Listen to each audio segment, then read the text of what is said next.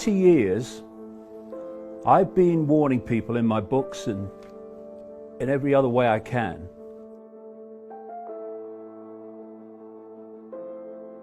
that this world is controlled by a cult.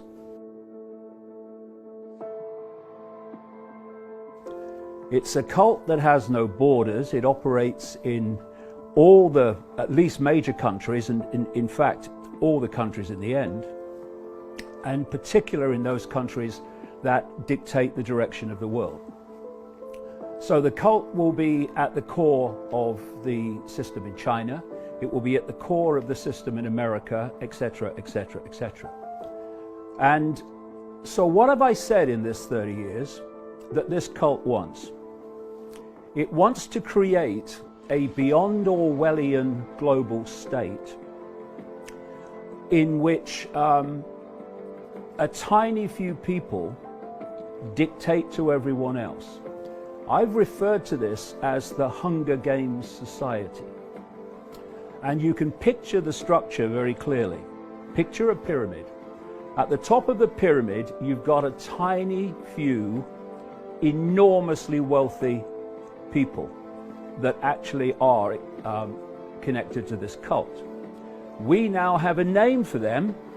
We call them the 1%. At the bottom of this pyramid in the Hunger Games society is basically the rest of humanity that is dependent upon the 1%. And in between the two is a vicious, merciless police military state to impose the will of the 1% on the population and to prevent the population challenging the 1%. And this Hunger Games society is not classic fascism, it's not classic communism, although the outcome in terms of tyranny is the same. It is a technocracy. A technocracy is defined as a society that is controlled by bureaucrats, experts, scientists, engineers, technocrats. And the ability of that situation to happen is through smart technology and AI. The idea is that everything will be connected to AI. This is what the Internet of Things is all about. And if you listen to the crazies in Silicon Valley, they're telling you that in the period around 2030, we will have a situation where the human brain will start to be connected to AI. And thus, whoever controls AI will be connecting and driving the perceptions of humanity. And that can be done from a central point through this smart grid, global smart grid. So that's the structure that they want. They also want a society completely cashless, where everything is digital money, a single one world currency, which will be run through this smart grid. What you want people to believe is everything is random. If you don't know where this world is being taken by this cult, then everything seems random. Coronavirus, random.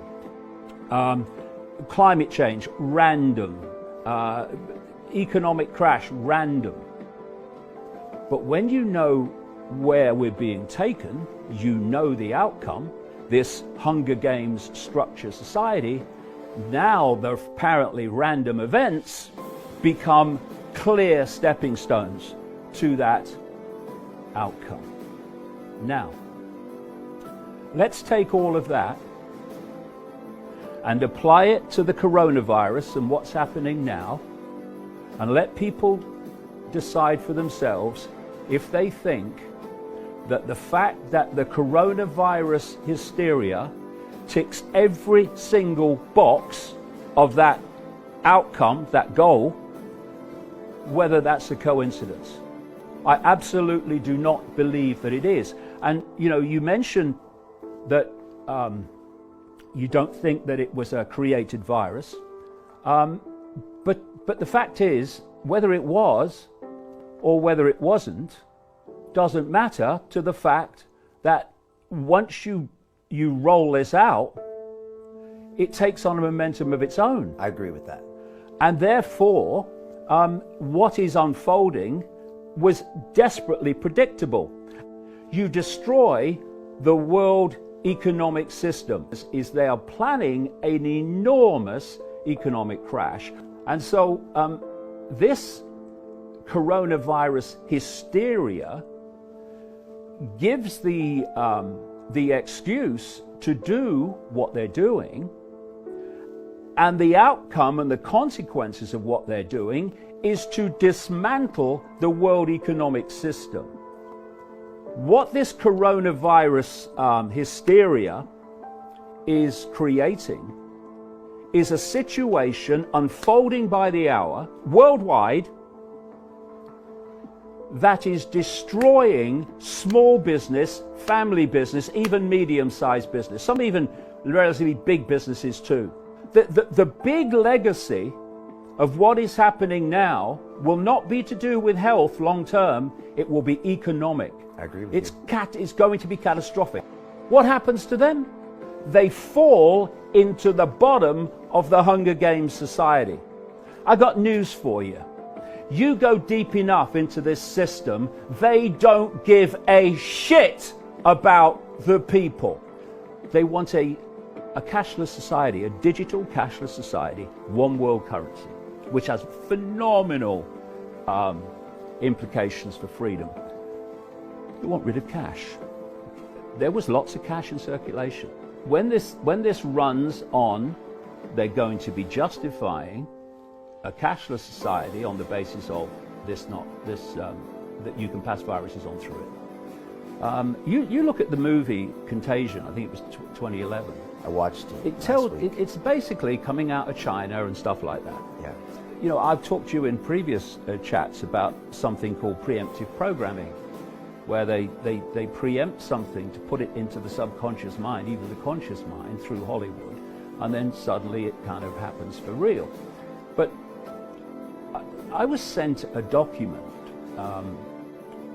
from 2010 that was published by the Rockefeller Foundation.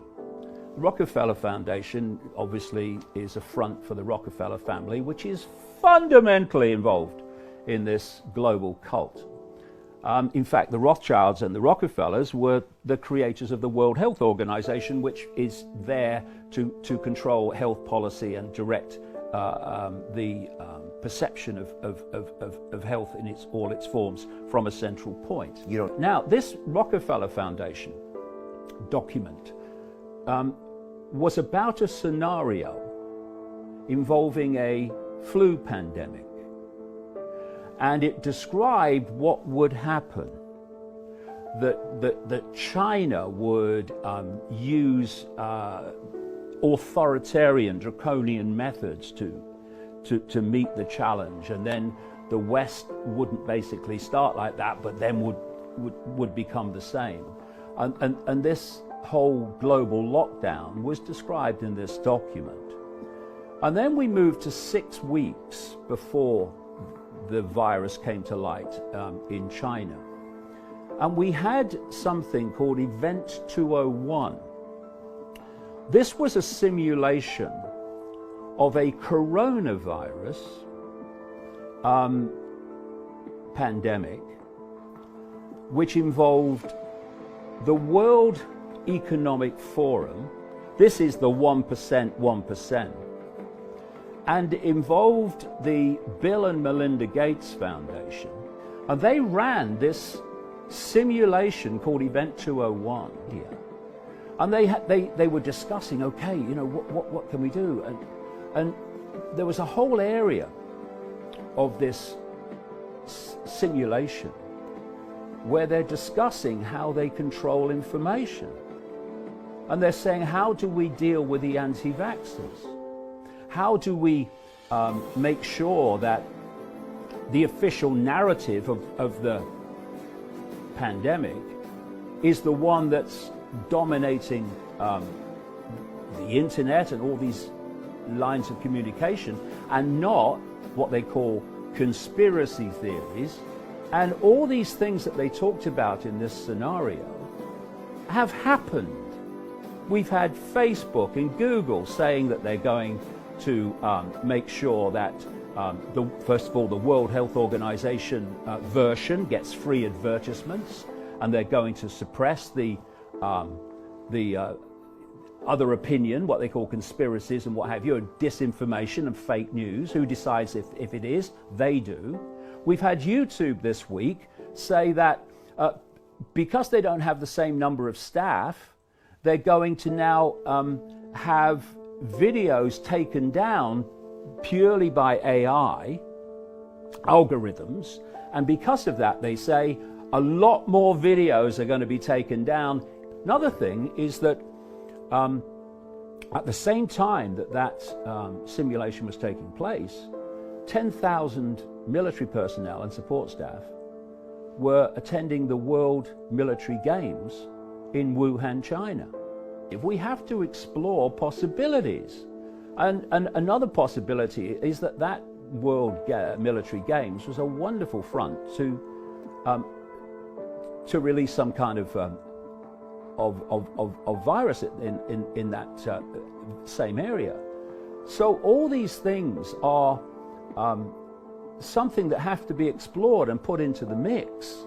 And all the things that I've said, this cult wants, this cult is getting as a result of this coronavirus. Okay. The number of people who are seriously affected by this against all those who are not, the way the whole economic system is being shut down is suicide. And what happens when it reaches a point where in its present state it cannot continue, it cannot survive? A whole new economic system comes in, which is the one this cult wants. This cult wants to transform the world economic order into this technocratic, AI-controlled tyranny.